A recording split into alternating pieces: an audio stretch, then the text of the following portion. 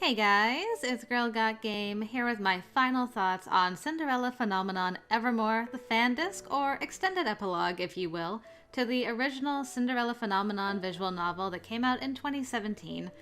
Now, to say I was eagerly anticipating this fandisk is a severe understatement, as I'm sure was the case for many of you too. What really sucked for me personally was I had just started 2 new series on this channel when the fandisk was released, so I was super bummed out that I had to wait even longer before I got the chance to play it. But here I am now at the end of all things at last, and I can honestly say it was well worth the wait. I absolutely loved the first game, and I fell in love with this fandisk as well. It was so wonderful to go back to Angielle and catch up with all the familiar characters again. I love that they kept consistent from the first game and that each boy's route had its own distinct feel and storyline to it. I'm sure it would have been easier, in a way, to have somewhat of a similar starting point for each guy's epilogue and build from there, but I love that right from the beginning, each epilogue has its own unique feel and situation that's carried over from the first game, so major kudos to Daisuke for doing that. I would suggest if you're wanting to play this and you either haven't played the original game or it's been a while since you played it, do yourself a favor, go back, play the first one.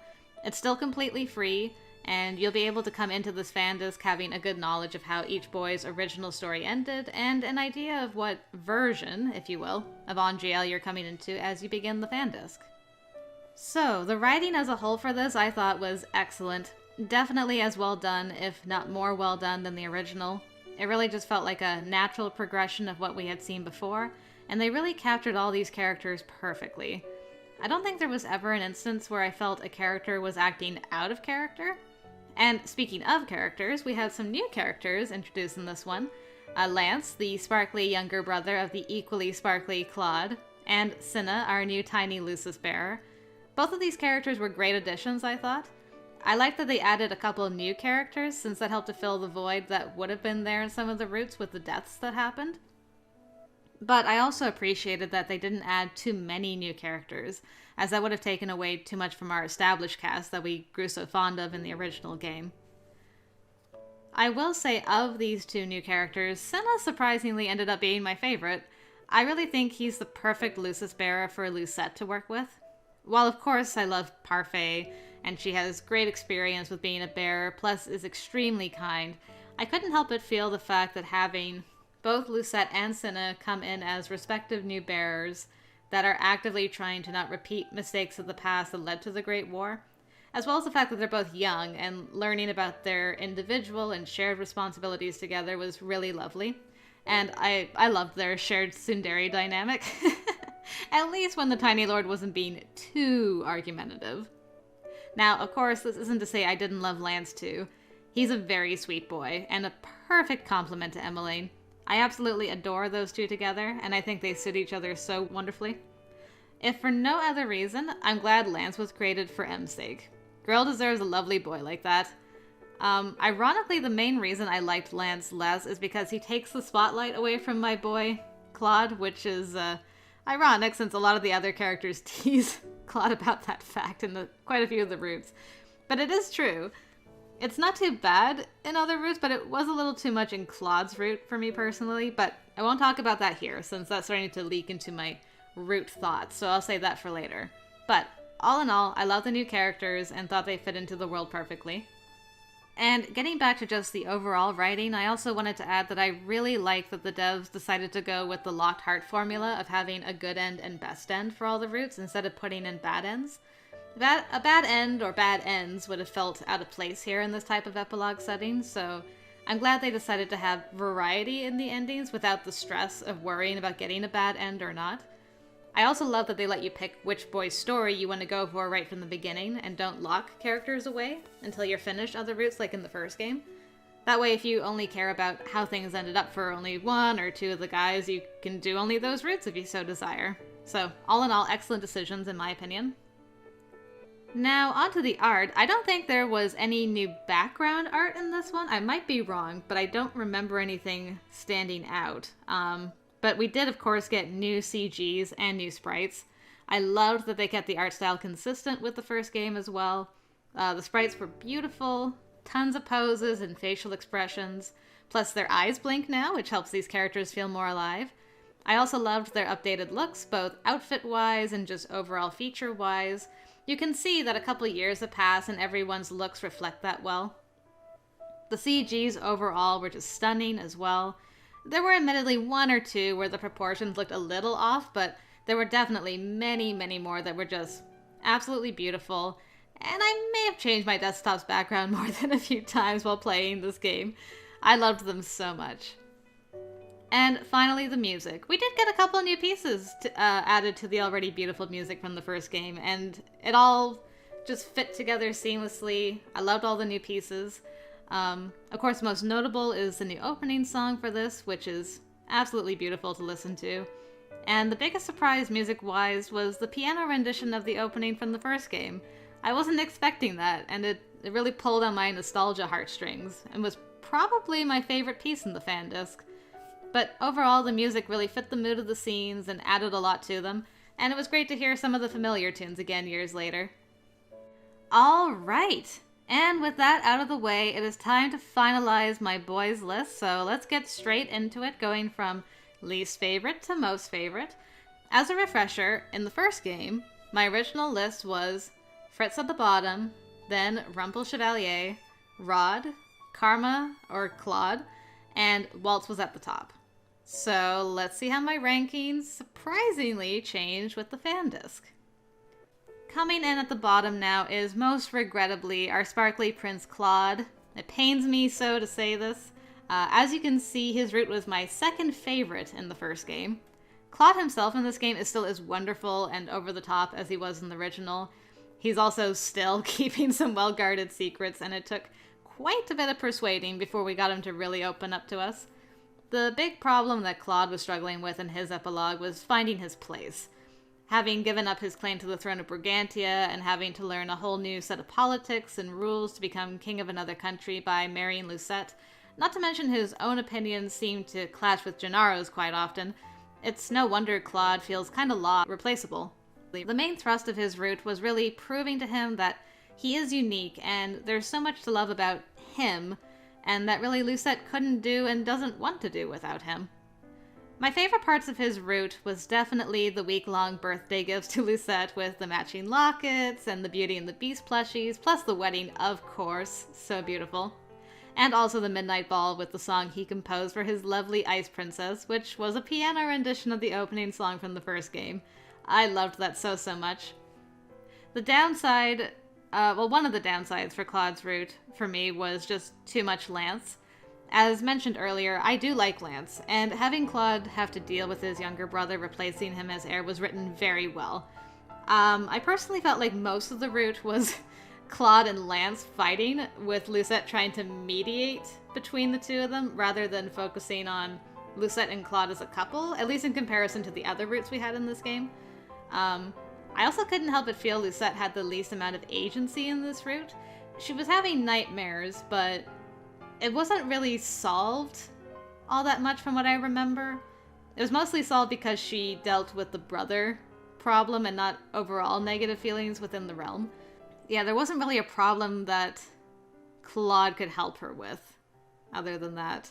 And one other thing that I was kind of disappointed in is we had like a little bit of Garland and Jurian, and I would have liked to have had more of them because they were such a big feature of the original Claude route, and I was sad that they kind of got nixed a bit in this to make room for more Lance. So because of all that, I ended up liking this route the least of all the routes, which is a shame. Next on my list, I'd have to put Rod. I love my Tsundere boy, and I love the banter back and forth between him and Lucette a lot. I adore their competitiveness and how they're fairly closed off with others, but super sweet and gushy when it's just the two of them. I thought it was very clever how the devs handled the whole stepbrother-stepsister situation by introducing wishes that fairies grant, and relegating Rod back to a commoner, while still allowing his friends and family to truly remember him. I'll say that I personally never had a problem with the relationship in the original game, but I know that bothered quite a few people, so I think this was handled brilliantly. And it's also neat that they added a bit more lore to the world regarding the fairies, which was great. Rod's big problem was living up to be someone worthy of Lucette. Since he gave up his royal title, he had to work to earn a name for himself, which he didn't mind doing in the slightest, but it did cause some issues between Lucette and him for a time, since he never discussed his wish before going through with it. So, obviously, their big problem they had to work through was better communication and not hiding things from each other. Unless it's a lovely surprise proposal, that is. That is okay. My favorite parts about Rod's route were the aforementioned proposal, them dancing again, and of course everyone's favorite wingman, Sebi. Who doesn't love Sebi? I was also pleasantly surprised by the copious amounts of sugar-sweet scenes we had between Rod and Lucette. And of course, I loved how extremely close Lucette was with both her family and all her friends who were very much alive. It was definitely the happiest timeline as far as characters are concerned. I don't know if there was anything I really disliked about Rod's route, to be honest. Maybe just that I wanted to shake Rod sometimes. Especially when he was burning the candle at both ends and refusing to rest for a little while, but all in all, his route was just lovely, and I loved it. I really thought he would be higher on my list, actually, but these next routes I just loved even more. So, coming in at number 3, had to think about this, I would have to go with Fritz. I've dithered back and forth between him and the next two guys for ages, and honestly, my ranking from 1 to 3 could probably change on any given day just because of my mood. But I decided on making Fritz number 3, which is still an upgrade for him from the first game. They did a fantastic job with the writing of Fritz's route, in my opinion. I was so curious how they were going to merge the Varg personality from the first game, and I was surprised just how much of that personality actually was present in this game. Fritz definitely feels like a complete character, a complete person, I should say now. I think I struggled in the original game because Fritz without Varg is a very bland character and not all that interesting, which is why I naturally drifted more towards the Varg personality. So I was extremely surprised and pleased to see just how much of that personality is part of Fritz. And it doesn't feel out of place or like there's sudden shifts where Fritz is Fritz and then Fritz is Varg. He felt like a complete person and everything flowed very naturally. And I loved getting to know Fritz as we were meant to get to know him. They also majorly expounded on Fritz's backstory with his family. I really loved that we got a backstory for Alcaster, with losing his wife and his motivations for his betrayal in the first game. And we got to see the source of Fritz's negative emotions that gave birth to Varg in the first place. Fritz's problems he had to deal with was really a lot of soul searching, giving up being a knight and figuring out how he really, who he really was without others' expectations on him, as well as acknowledging and accepting the darker parts of his personality. There was also the added angst of a kingdom in turmoil, with humans being against anyone who used to be a witch, and former witches taking out the frustrations on Lucette. So Lucette really had a time in trying to keep herself safe, while also trying to get Fritz to open up and confide in her, and not be afraid of her rejecting him. I will say I got some very small hints of yandariness from Fritz. I don't know if anybody else did, but I got some very small hints of that, where he was super duper concerned about her safety and not wanting her to put herself in any danger whatsoever because he wouldn't be able to live without her if she was killed as his mom had been. So I feel like that particular issue could have been resolved a little better, since I felt like Lucette and Fritz kind of came to a bit of a standstill on that particular issue, but that's just a niggly thing. Other than that, I can honestly say Fritz had the biggest amount of my favorite CGs overall in his route. So many beautiful ones, but particularly the kissing in the rain and the proposal CG were my favorites. I loved Fritz's confidence and wolfish tendencies too, of course, and it was interesting having a route where magic just wasn't a thing anymore. So this route definitely had a lot of feels, with all the characters' deaths from the first game, as well as just my own personal mourning over Varg in general, but I definitely enjoyed the heck out of Fritz's route and thought the devs did a fabulous job with it. Alright, number 2. I had to give this to my boy Chev. Chevalier was not someone I was expecting to feature so highly on my list. I quite liked him as a character in the first game, but I do remember being frustrated and annoyed through a lot of it, just because he was such an incorrigible flirt with everybody, and the whole fiancé thing just drove me batty. But here in this epilogue, my opinions of Chev just skyrocketed. It occurs to me that we had a similar Fritz-like situation happening with Chev. Rumpel was almost like another personality of Chev, since he was suffering from amnesia in the first game. We really didn't get to know Chev until the very end of his original route in the first game, but here with his memories back, we really honestly and truly get to know the true Chevalier. And Chev is just lovely. He's honest, he's open, he's charming, extremely thoughtful, has a wonderful sense of humor, and the best nicknames, and the sparkliest glasses. I also got the feeling he was the suitor who our dad got along with the best and approved of the most, which was very interesting to me. Chev's big problem he had to work through was lack of confidence. Giving up his practice in town to serve in the palace, where the extremely rude and strange nobles looked down on his profession of being a doctor, so having to earn their respect was very difficult for him. And Lucette had her own problems of nightmares about her mother plaguing her while trying to work out a balance with a very snippy tiny lord, our new Lucis bearer Cinna, who was not being cooperative to say the least. I think what I loved the most about this route is that I felt Lucette and Chev equally helped each other through their problems and grew stronger as a couple for it. A lot of things that could have ended up being big problems were just avoided because these two communicated so well before anything got out of hand, and I loved that so much.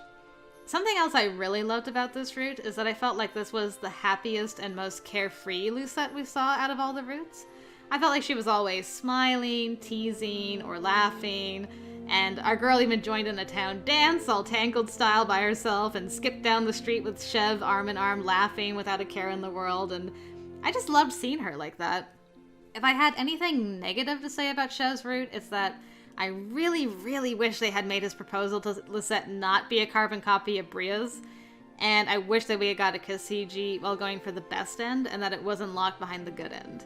But other than that, I absolutely adored Chev's route, and I can't believe it shot up my list the way it did. And finally, coming in at number 1, to nobody's surprise, is our Peter Pan boy, Waltz Cresswell. I honestly wasn't sure if Waltz was going to hold on to his crown from the first game with how these boys were making such plays for my heart. But Waltz Cresswell, there's just something very special about that boy. If you watched enough of my stuff, you know by now that I generally don't go for the canon love interests and or childhood friends to lover type routes. And yet, with Waltz, I can't help but love him. Him and his route just seem so right. He and Lucette fit like two pieces of a puzzle, and their story is definitely the most fairy tale-like out of all the routes in this fairy tale universe. Waltz was dealing with major feelings of guilt from his past. I was a little surprised both by how long it took us to get him to actually open up about it, and by the fact that Lucette was so surprised to hear about the things he had done.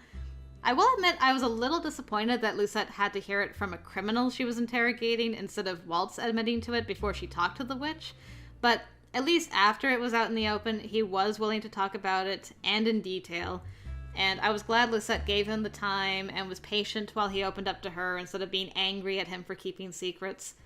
And of course, Lucette was dealing with the problem of establishing herself as a ruler and bringing peace to a troubled kingdom. Trying to fill her father's and mother's shoes simultaneously wouldn't be easy under the best of circumstances, and she definitely didn't have the best circumstances coming into her two roles. I honestly was amazed at how much progress she had made in the 2 years since we last saw her, though. She was very confident, if not overworked, and I'm glad Waltz and her friends and family were able to help her learn to manage her time and responsibilities wisely while taking care of herself. I also have to say I absolutely loved how packed full of nostalgia Waltz's route was. The firefly magic, the barrier magic training session, the romantic kiss in the forest, the parallel of Waltz's coronation ending the route just as Lucette's did in the original. And it felt like a good amount of nostalgia as well. It didn't feel like nostalgia for nostalgia's sake. I also was really happy to learn more about Waltz's backstory and what happened to his parents, as well as getting some vindication for my scandal-seeking pillar hiding boy myth. I was very happy about that. But if I had any downsides to mention with the route, it would be that I'm a little confused why Lucette would react surprised to Waltz's past, because I would think she'd be able to intuit that on her own without being explicitly told, and I personally wish we had had a little more reflecting / mourning for Dad, since this is the only timeline where he's actually dead.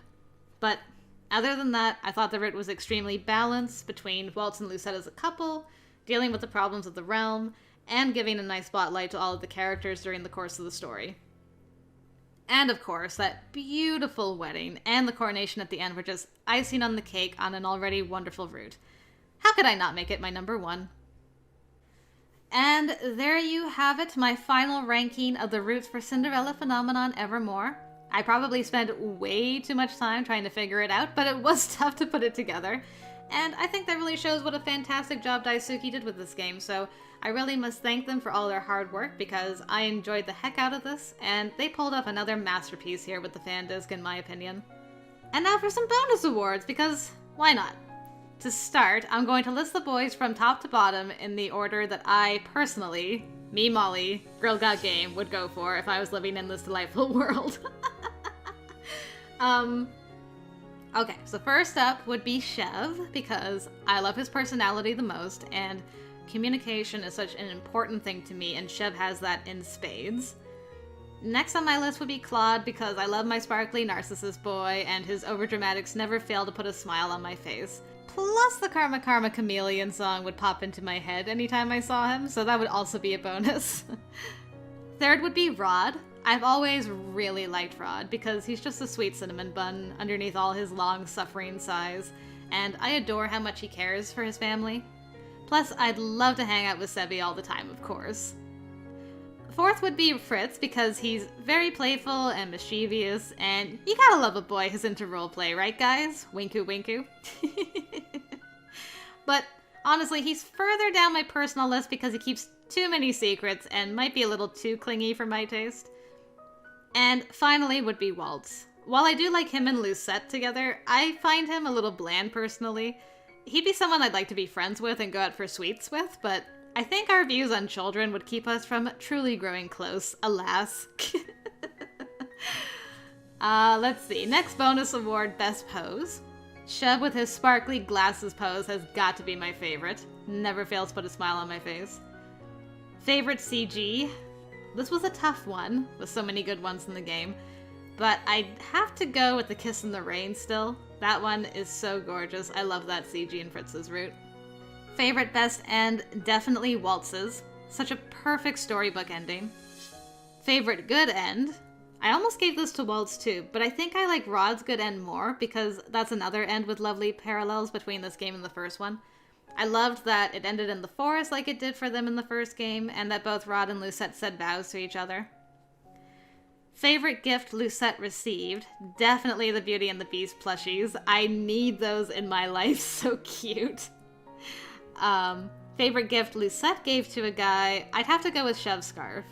I loved that even though she didn't have experience with sewing clothing, she still tried and worked on it for a long time, and seeing how thankful Chev was for it warmed my heart. Favorite updated outfit for the guys? Definitely Fritz's. I loved the one-piece black and white. It was, mwah, chef's kiss. Favorite outfit for Lucette? I adore her queen getup, since it gives me such strong Anastasia vibes, and she looks so regal and grown up in it. And those are all the bonus awards I could come up with. I hope you enjoyed listening to my final thoughts on this delightful game. I would love to hear from you as well, what your thoughts were, how your list or lists ended up looking. And if you'd like to do these bonus awards as well, or have some bonus awards of your own, I would love to hear it. But that is it from me. Thank you so much for joining me on this journey. I had a great time, and I hope I'll see you in my new series when we get there. But first, I've got to finish up Doki Doki Literature Club Plus. One final side story to do there, so I hope I'll see you there, guys. Thanks again for joining me, and as always, until next time, I will see you later.